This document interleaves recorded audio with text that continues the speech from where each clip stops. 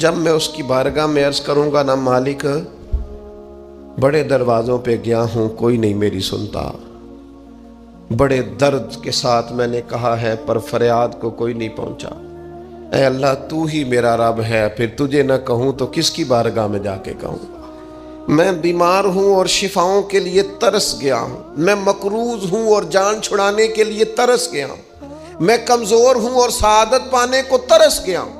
میں بے کیف ہوں اور سجدوں کی لذت کے لیے بے چین ہو گیا ہوں، میں بے کیف ہوں اور چاہتا ہوں میرا قرآن پاک کی تلاوت سے دل لگے، پر مالک جب توفیق تو دینے والا ہے تو پھر تجھ سے نہ کہوں تو میں کس سے جا کے کہوں؟ نبی پاک صلی اللہ تعالی علیہ وسلم نے فرمایا 2 آنکھیں دوزخ میں نہیں جائیں گی۔ یا رسول اللہ صلی اللہ علیہ وسلم اتنا کرم، وہ 2 آنکھیں کون سی ہیں؟ فرمایا ایک وہ جو اللہ کی راہ میں رات جاگتی رہی، کسی سرحد پر پہرا دیا، کوئی ڈیوٹی کی، کوئی خدمت کی راہ خدا میں، جو آنکھیں بیدار رہی راہ خدا میں، دوزخ میں نہیں جائیں گی۔ اور دوسرا فرمایا جو رب کی یاد میں رو پڑی، جس سے خشیت آئی، جو ڈر گیا، پر ڈرا اللہ کے لیے، آنسو فار سیل نہ ہو، کوئی اداکاری کا ماحول نہ بنائے، وہ اس طرح نہ ہو رو رو کے دعا، رکت انگیز دعا، اور فلاں کیا بات، فلاں کے بڑا رلایا اور فلاں میں بڑا درد تھا اور فلاں کے آنسو نکل آئے اور پیر صاحب قبلہ رو ہی پڑے، فار سیل نہ ہو چیزیں، اداکاری نہ ہو، اس کی طبیعت پر پورا اثر ہو۔ اور جب خشیت کے ساتھ وجود کانپتا ہے، وہ کسی نے کہا تھا کہ آنسو قربت کا سبب ہوتے ہیں،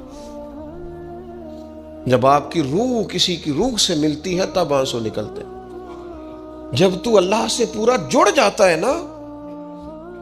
جب رسول کائنات کی بارگاہ سے تیری پوری توجہ لگ جاتی ہے،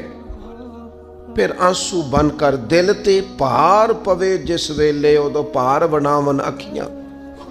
تے بے درداں محبوباں دے سارے ناز اٹھاون اکھیاں۔ عزیز دوست، جب آپ پورے طور پر جڑ جاتے، او یارو کتنا روئے ہیں مسلمان اقوام متحدہ کے سامنے جا کے،